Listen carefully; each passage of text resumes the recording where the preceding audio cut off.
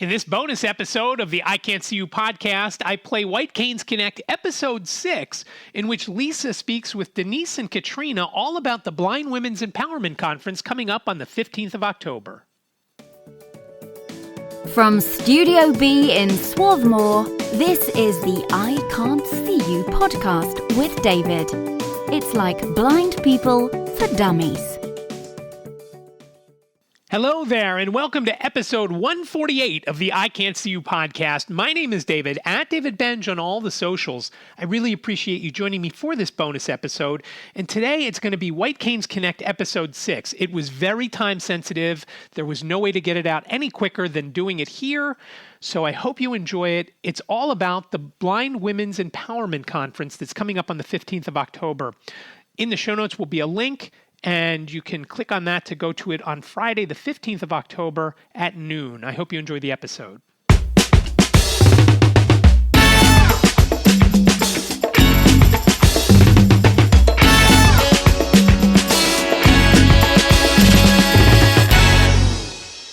Hey there, PA Federationists, and welcome to episode 6 of White Canes Connect.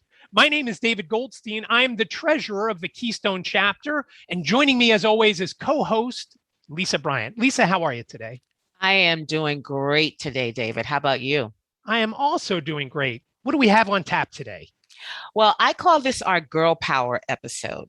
I'm talking with Denice Brown, who many will know as the president of the Greater Philly chapter, but she's also been co-chair of the Blind Women's Empowerment Conference, which this year is celebrating its 6th anniversary. It's this Friday, October 15th, from noon to 3, and the keynote speaker is Sharon Maneki, who a lot of people will recognize that name as the resolutions lady from the National Convention.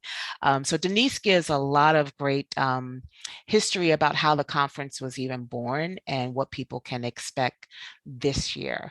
But along with Denice, I talk with Quatrina Townes, who is a Greater Philly member, and she was the conference's first keynote speaker.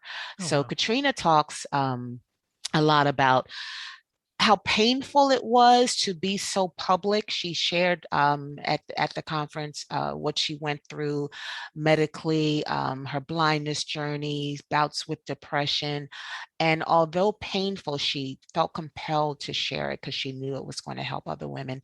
And that's exactly what happened. She talks about all the feedback that she got, how so many women came up to her and told her how much she helped them by sharing her story. And that's the goal of this conference. It's a time for women from all socioeconomic backgrounds, all levels of blindness to share their stories, because in sharing, you encourage and you empower other women. So hopefully after this episode, more women will feel inspired and want to log on and listen to the conference. They're making it very easy this year. There's no pre-registration. A link will go out through the listserv, and you just log in at 12 o'clock on Friday, October 15th. So have a listen, and this is a really great conversation, and hopefully women will sign up for the conference.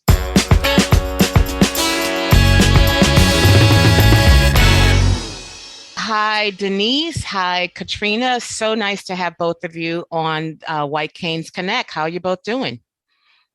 Great. Good afternoon. I'm doing well. Good.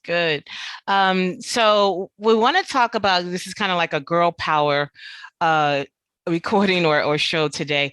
Wanted to talk about the Blind Women's Empowerment Conference coming up. I know this is the 6th year.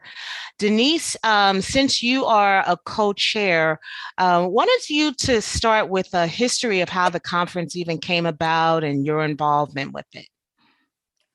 Okay, and again, thank you for having us on here today to talk about this event. So I guess I'd have to start back in 2015 when I went to the state convention of the National Federation of the Blind of Washington, D.C. So I decided to go to their convention, went to the different events, met different people, and, had a great time.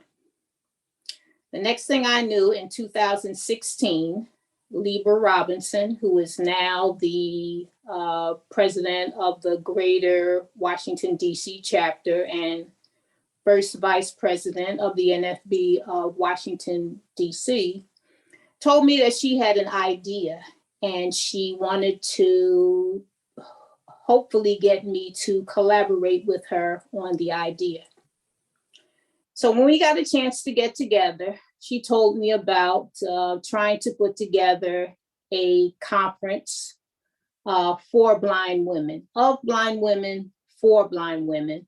And we would also involve, as far as the audience was concerned, any women could be involved with the conference. But we definitely wanted a blind female keynote speaker and panelists.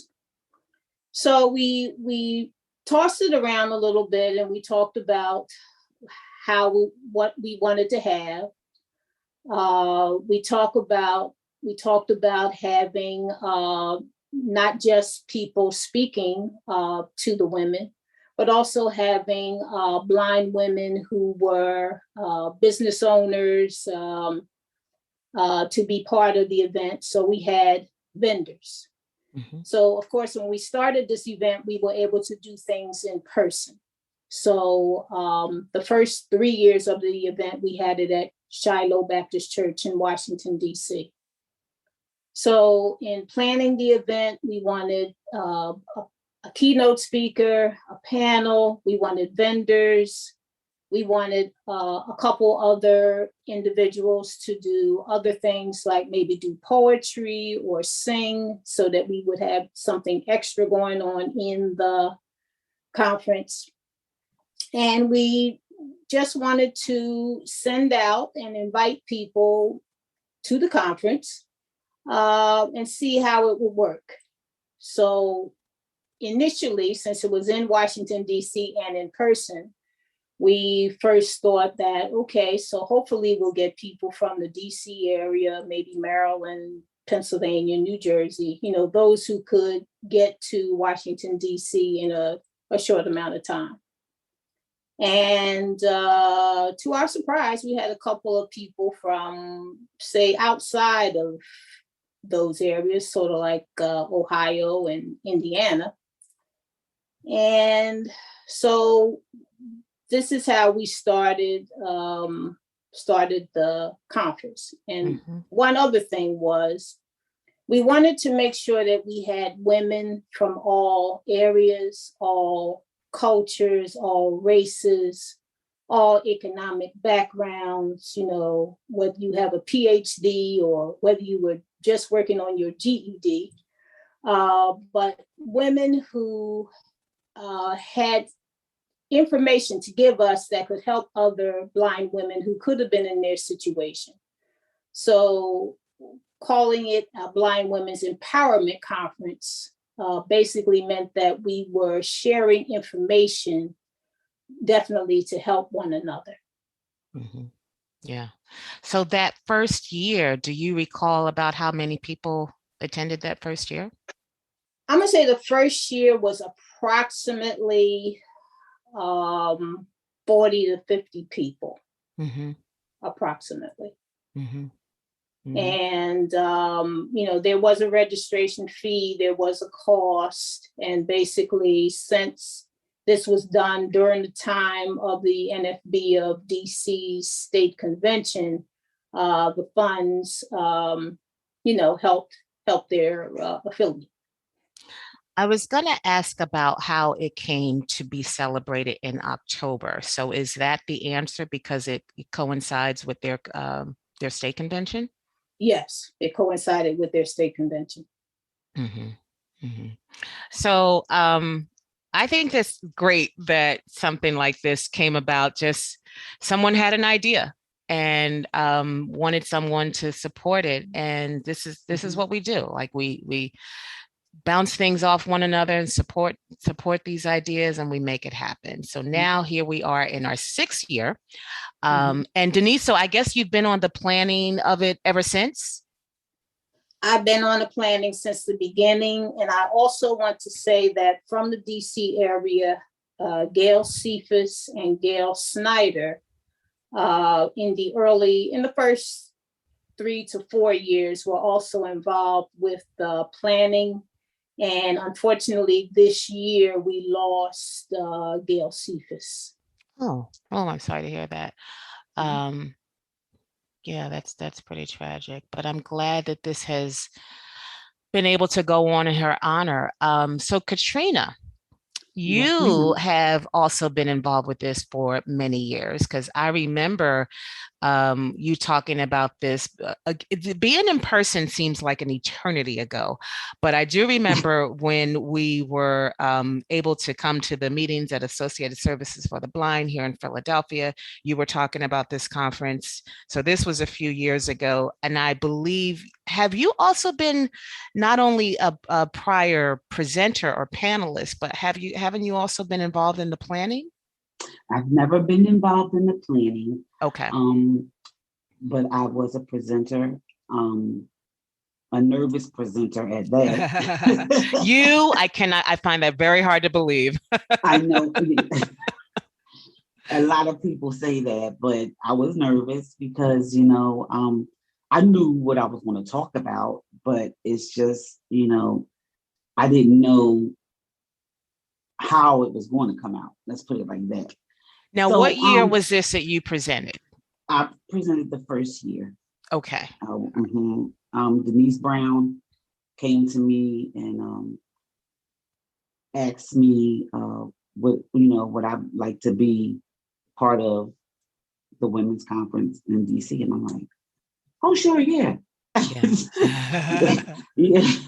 And then she told me what I had to do, and I was like, okay, sure, I could do that. But then, when you get there, you're like, people like, because I got an audience, right, a live audience, right. So, I spoke on my multiple sclerosis. I spoke on, how it came about and where it came from, and I spoke on the type of employment that I had prior to me falling. And when I fell, that stopped me from doing anything. I became immobile from the waist down due to the MS, but the doctors could not tell what it was from at that time. So it took for me to lose the right eye in order for them to diagnose me, because I had symptoms of about 4 or 5 diseases. MS, Crohn's disease, lupus, a seafood disease, and one other one. I can't remember what that one was. So prior to that, after that happened, I was afraid, because I'm like, I didn't know where I was going from there. I was afraid. I was feeling though that like I was the only person. And my sister even took me to Associated Services for the Blind in Philadelphia, and I got a cane, and I registered, and I also went to the orientation with Mr. Richard Gross. And then after that, I went home, put the cane down, didn't want to bother anymore. And I felt like I could still do everything because I still had the left eye. I still drove. I still, fed my kids, did everything, did any and everything a mother would do. I lost the left eye in 2007, 18 months later. And then I really went into a deep depression. Yeah. And I felt like I didn't want to do anything. So I talked about that at the conference, and I talked about where I want to go, which I'm having a hard time because everybody is kind of, hours you can't get or don't have the funding, so it's a lot. But I want to be a blind child's counselor. That is my goal. And I'm still having that goal fresh in my mind. It's just that, I just got a computer now. So now I'm waiting on authorization for a gentleman from BBBS who's going to teach me. Mm-hmm. And I'm ready and willing. So what was it like sharing that experience? You said you were nervous, but even aside from, probably just normal nervous jitters, what was it like to be so open with people like that in public? Well, like you said at the beginning, you couldn't believe it because I'm not normally jittery or nervous in front of a lot of people. But my goal was mainly to encourage and let someone know that it is possible to restore from blindness, meaning that you can still get up and try it again.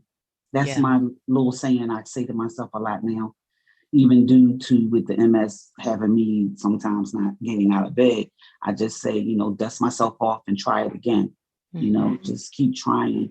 And speaking in front of everyone, after doing it, it was joyful to me to just be a part of, to encourage, to strengthen someone else. Right. And after it was all done, the nervousness went away. People pat me, good job. And I'm like, thank you. But I'm like, I don't think I did a great job. But, people still encouraged me after it was over. I would imagine that it was somewhat cathartic too, just finally to share it and also to get that kind of feedback from people. I can imagine it's like you said, it's a two-way street. You were a blessing and you were blessed by the feedback. Yes. So I want to get back to Denice for just a second, and I'm going to hop back to you, Quatrina. Yes. Denice, when you are looking for panelists or presenters, Quatrina's story is very powerful. What other kind of things are you looking for? I know that's a testimony is always a win when it comes to empowering, but what other kind of stories or people do you look for? I guess what I wanted to kind of get behind the scenes and talk about the participant selection process. So, especially Libra and I,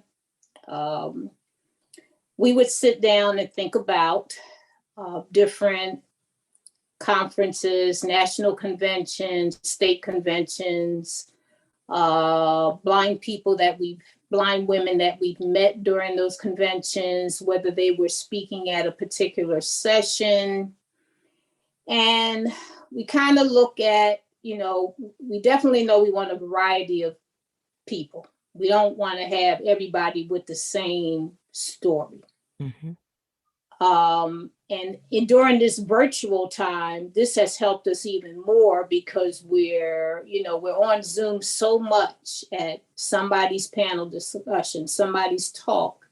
We're getting to be able to know more women from around the country, people that we've never heard of, but have great stories. So that's when we sit down and, I might tell her, who I've heard. And like this year coming up, I don't want to tell you, who's on the panel, but a particular female that's going to be on the panel, she has a story that definitely other single females should hear. And when you hear her story, you'll be like, whoa, she did that? Man, I had been thinking to myself about trying to do that. I didn't know that I could possibly do that. And, knowing what somebody else has been able to do, now you have a reference to go to, because you might say, well, I'm going to make sure I get her contact information because I need to ask her some more questions. So basically it's basically looking at all the people that we've run into, we've met, we've heard speak on different panels. Sometimes people may recommend someone. Did you know so-and-so did whatever? Or did you know so-and-so had her own business? No, what is it? Okay, so that's what we do. Yeah. So, I pick a couple people, or, at the time when Gail Snyder and Gail Cephus were also working with us, they might name someone, and then, we might have a pool of about, let's say, 10 women. And then we kind of just deliberate and say, okay, I think we should keep her. Oh, that's a great combination. Yeah, we need a little bit of this, a little bit of that. Somebody young, somebody on the young spectrum, somebody on the older spectrum. And like I said, definitely looking for different ethnicities. And that's kind of how so it's not like something that, we got to have, this person's got to have that, they got to have that, they got to have that. No, it's just people that we've come in contact with that we feel really could be empowering to somebody that's at the conference. Now, do you normally limit the size of the panel? Well, just for, time purposes, we normally have 4 panelists. The 4 panelists will have about 15 minutes to speak each. And then our keynote speaker has approximately 25 minutes, a half an hour to speak. But then again, there will be time for question and answer. And okay, if you remember the first 4 years, we were in person. Right. So we would have the 4 panelists and maybe someone either do a poem or sing a song, like in the first half. Because then we would break for lunch. We were, at Shiloh Baptist Church, and then at the cultural center that we were at in year 4. We had a delicious lunch served to everyone. So the ladies that were at the tables had time to, chat with one another, possibly look at what the vendors may have had on their tables, or thought about what they were going to purchase after the event was over. And then we get back and have, possibly another poem or song, and have our keynote speaker, and then closing remarks. Mm-hmm. So basically, a 2 to 3 hour period. We didn't want to make it too short, not too long, but basically the 4 panelists and the keynote speaker with the other items that we did. It was not too much time and not too little bit of time. Mm-hmm. It was just right. Yeah. Yeah. And Quatrina, you had talked about the feedback you got and how people say you really encourage them. Do you have you presented more than once? Have you been on the panel more than once, or been a keynote more than once? Just on a panel once, but I also enjoy listening to the panel and the keynote speakers. Mm-hmm. Some years I be in tears. Because that's how it come to me. Right. And I'm like, wow, and then I still look at them and say, well, dang, if they can do that, then I know I can do, what I would like to do. Right. Right. Or even if I don't do what I had my mindset to do, I can do something just as good as that, or more empowering. Because mm-hmm. I also thought about being an advocacy, going to some of the public schools in Philadelphia, talking about blindness to elementary and junior high. I just want to be able to try to get a group together that would be willing to do it first. Mm-hmm. And then probably also maybe go down to the school district of Philadelphia and talk to them about it. Mm-hmm. Mm-hmm. And I believe you will do that. I believe you will be successful at doing that. Either one of you can speak to this, how you've seen the conference grow over the years. I know, Denice, you said about maybe 40 or 50 people attended in person that first year. I actually joined virtually last year, and I'm sure those numbers have swelled over the years, haven't they? Well, I think in person, the most we may have had was approximately, I'm going to say approximately 70. We may have had more people that registered, but maybe they weren't able to get there because of bad weather or something. But last year, I know that we looked at the numbers at one time and it was up to 298. Wow. So being virtual, yeah, it has its an perk. advantage of giving us more people that are able to attend the event, that are able to take advantage of the event and learn about possibilities. Yeah. The main drawback of virtual, of course, we all want to be in person. And one of the drawbacks is that we don't have the vendors, the in-person female vendors. So I am hoping, and I'm sure we are hoping that possibly next year, if things go better in this world, that hopefully we'll be able to be in person again. Now, do you have any idea of kind of general idea of geographic or demographics of where these 200 plus women were coming from? Oh, they were coming from all around the country, from even Canada. Wow. Even somebody was from Africa. But Texas, Georgia, Mississippi, Pennsylvania, Maryland, Colorado, they were all over the place. They were all over the place. We probably could have, if we'd have went down the participants list one by one, we might have captured every state, because we do have affiliates in Alaska and Hawaii, and I'm pretty sure I know somebody that was on there from Hawaii. So we did the thing, as they say. Right. So yeah, I was going to ask about how the experience has been virtually, how that has changed things, and I think you already hit on that. Is it definitely opens it up much wider in terms of people being able to participate. But there is that catch of not having people be able to sell their wares and just that whole in person. Like I'm sure Quatrina, after that first time, how many hugs did you get? So you can't really you can't really get that on Zoom. Right. But like you said, hopefully things will change sooner rather than later. But speaking of this upcoming keynote, tell us, Denice, more about this year's keynote speaker. Well, this year's keynote speaker is Sharon Maneki. And I would say the majority of people know Sharon Maneki because she is the chair of the National Resolutions Committee. She is also a former state president of the NFB of Maryland. And that's what people know about Sharon Maneki.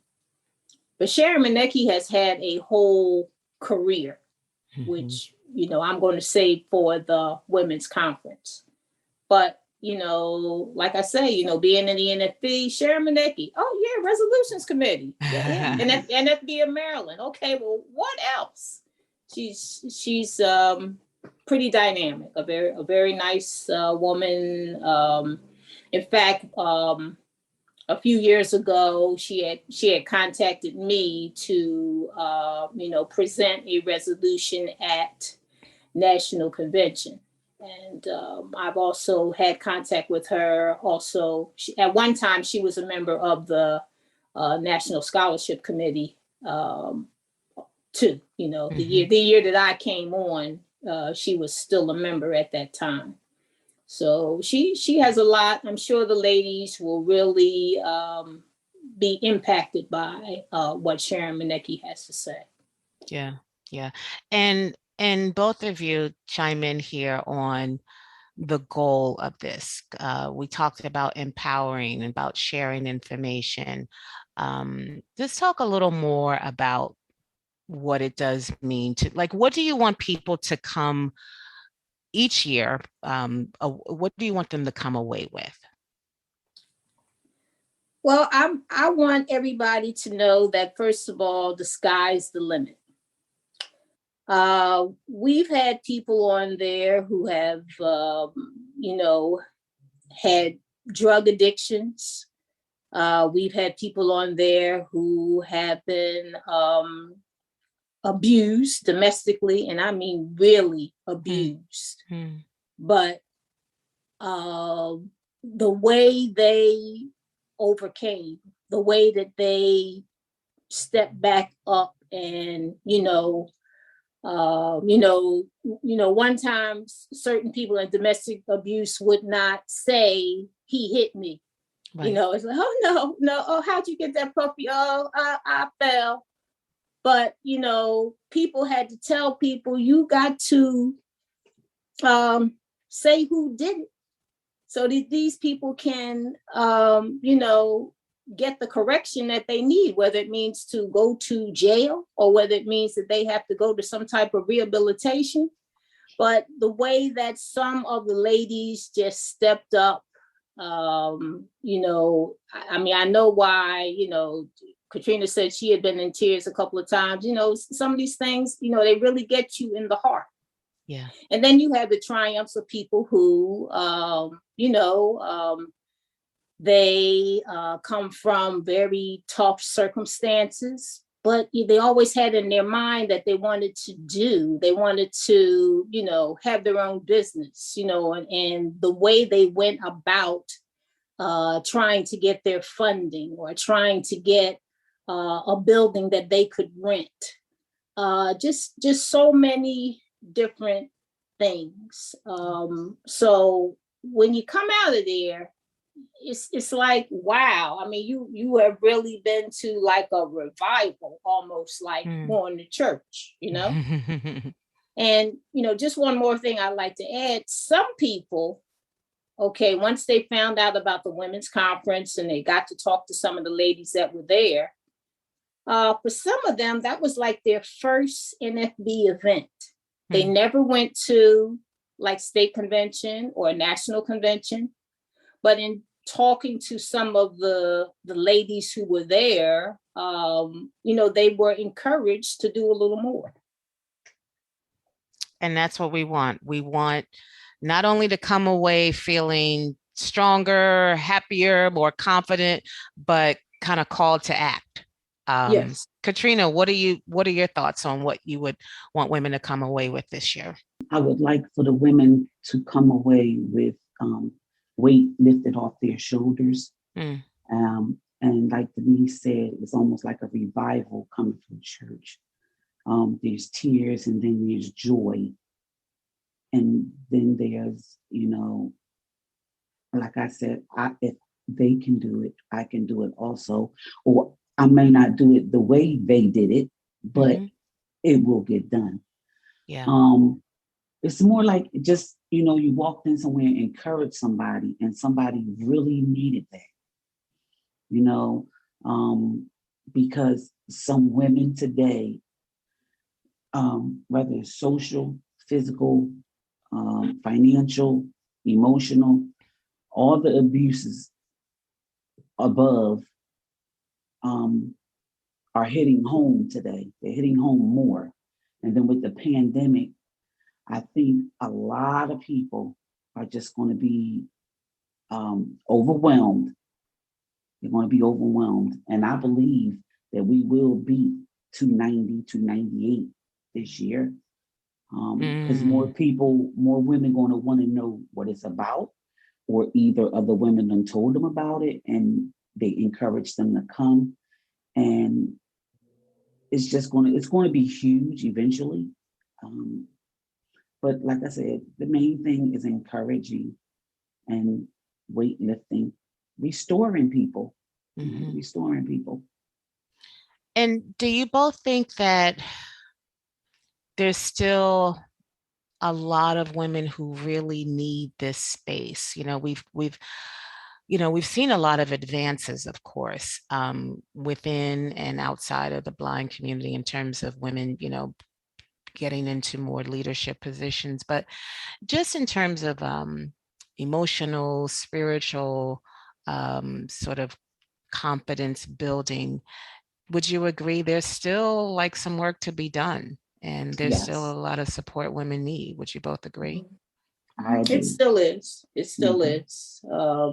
This is one step, and like we say, maybe it'll cause people to go even further. Right. You don't have to be. You can. We're blind, but we can come out of the darkness. You know what I mean? Yes. Yes. Right. Any ideas on future conferences? Did you think of, and I know we're kind of in a weird situation now where everything is virtual, but assuming that we come out of this and can resume the in-person, have you thought about extending it to a weekend, or just more than just the one day? Well, I'd say so far we have not, but you never know. Yeah. I'll get back to Libra, and she's probably say to me, Denice, if you give me one more thing to do, no, no, but it's a thought. It's a thought. It's a thought, especially depending on where people are traveling from. Yes. It might just make more sense for some people to have something maybe that night before, or that day before. But we're getting ahead of ourselves. But before we talk about how they join, how they register, I just wanted to make sure I give either one of you a chance to give any other, sort of parting words on this. Quatrina, anything else you want to share about your experience as a presenter, or how you might want to encourage some other women to participate? The way I would like to encourage women to participate is just step out on faith. And I thank Denice and Libra for allowing me to have a chance. I mean, I wasn't as long as some of the women were with their, preparations, but, I felt as though I did my best, and my best was good enough for me and for others. So I just tell women, step out on faith. Yeah. Denice? Yes, I'd just like to say, again, I'm thanking you for having us on today, and hopefully if we can get this up in time and we can spread it out so more people can listen to it. And if somebody hadn't thought about coming to the conference, maybe once they listen to this interview, they'll say, "Whoa, maybe there is something in it for me. Maybe I should be there also, because and maybe they'll tell someone else." So it's all about getting the word out. Don't keep it to yourself when something's good. Yes, that's right. Let somebody else in on it. That's right. That's right. So go ahead, Denice, give it your best pitch. Tell us who the keynote is again, when it is, what time it is, how you register. Okay, so the Blind Women's Empowerment Conference will be on Friday, October 15th, starting at 12 p.m. Eastern. Our keynote speaker is Sharon Maneki, former state president of the NFB of Maryland and chair of the National Resolutions Committee. And this year, you do not have to register. We are just, we sent out our flyer within the last week, and gave you the information. And next week, we will send out the Zoom link. So anybody that I've already sent the flyer out to, I'll double back and send out the Zoom link. And that's how you get in. You just come in through the Zoom link, and hopefully we have enough Zoom space for all the participants that may decide to come in this year. That's something else that we may have to talk about, but we definitely want to make sure we have enough space for everybody. Right, but right. We're hopefully ladies only. We did have at least one man that was in there last year, but what can you say? I think he learned something too. Yeah. Who? And I'd like to thank you also again, Lisa, for inviting us to this platform. It was absolutely my pleasure, and we'll try to get you in a little earlier next year. Yeah, go ahead. I have a question for you. Mm-hmm. Yes. Have you ever been? I came last year. Okay. Virtually, yeah. Okay. Mm-hmm. Okay. And I actually had quite a nice exchange. I do not remember the woman's name, but I identified with her because she is high partial, and some of her experiences about, that she shared about traveling, I just really, really resonated with her. And we had an exchange then. And I kind of remember an email follow-up too. So I was very blessed by it. Okay. Yeah. So, Denice, if people have questions before that flyer goes out, what is the best way to contact either you or Libra? What kind of contact information would you like to share? Well, since we're doing this on our Pennsylvania platform, they can contact me at dbrown8827@aol.com. Okay. Well, ladies, thank you. This has been great. Like I said, next year we will have you on a lot earlier, and maybe we can have one of your former panelists again. Quatrina, thank you so much for sharing that. I actually recently had to share a lot about how I came to terms with my vision issue, and it's not easy, but it does help others. So thank you for making yourself available and being so transparent. Denice, thank you for the great work that you are doing with this, and much, much, much success in the years to come. Yes, thank you very much. Thanks, ladies.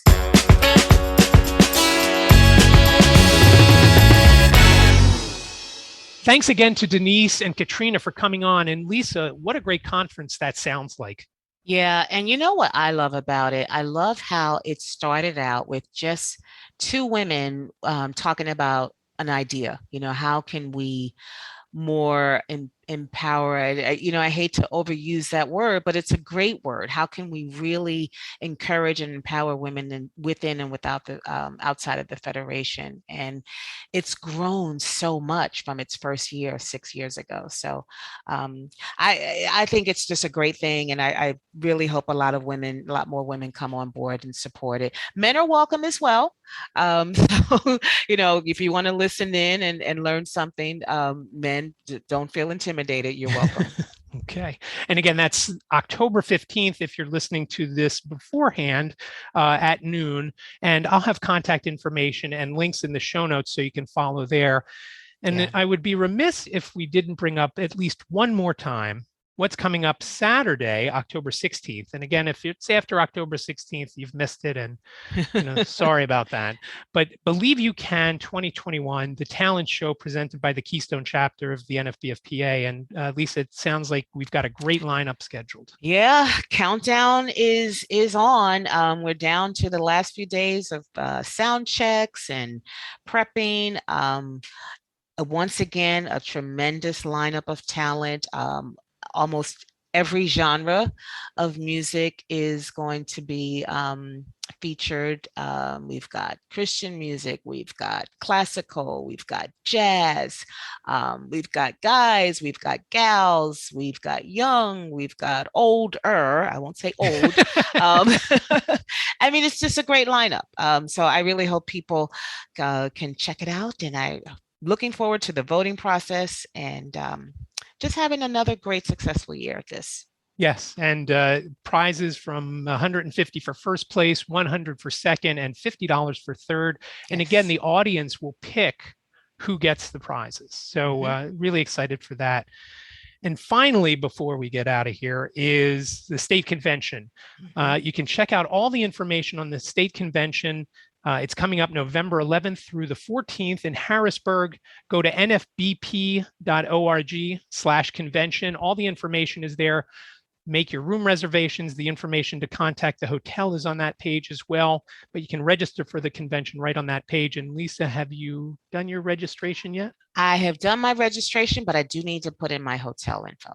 Okay, good. Okay, yeah. So we will be there and hopefully recording an episode or two of White Canes Connect. So we look forward to seeing you there. And when you do see us there, make sure you give us some ideas, some feedback, whatever you want. Please, no physical violence if you don't like us the way we do the show. But I am looking forward to seeing folks in person and talking to a lot of folks that maybe have some ideas for us. Yeah, and prior to the convention, we'll be featuring folks who are involved in the planning. We're going to have people on who do the tech for us, some representatives from the various divisions. So we will have a lot to build up the hype for a state convention. Yeah, looking forward to doing those episodes. Should be a lot of fun. Lisa, another great job on the interview. Thanks again to Denice and Quatrina for coming on.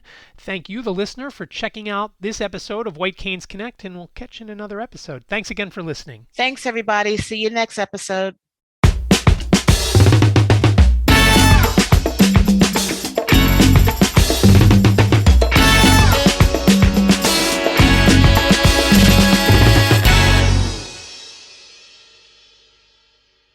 Thank you so much for listening to this bonus episode of the iCantCU podcast. It'll go in the books as episode 148. I really do appreciate you listening. If you've got questions, comments, show ideas, please reach out 646-926-6350. Please leave your message. You have up to 3 minutes. Leave your name and town, and if it's okay to use your voice on an upcoming iCantCU podcast episode. Again, 646-926-6350. You can also reach out via email, iCantCUpodcast@gmail.com. That's iCantCUpodcast@gmail.com. And of course, show notes are available for this episode, iCantCU.com/148. I can't see you. Remember, I can't see you sounds like a whole sentence. It's only 7 letters long. So it's iCantCU.com/148 for the show notes. Thanks again for listening. I hope you're well. Stay safe, and I'll talk to you next time. Thank you for listening to the I Can't See You podcast with David. Please rate, review, and subscribe to the podcast wherever you listen. And don't forget to share the podcast with your friends.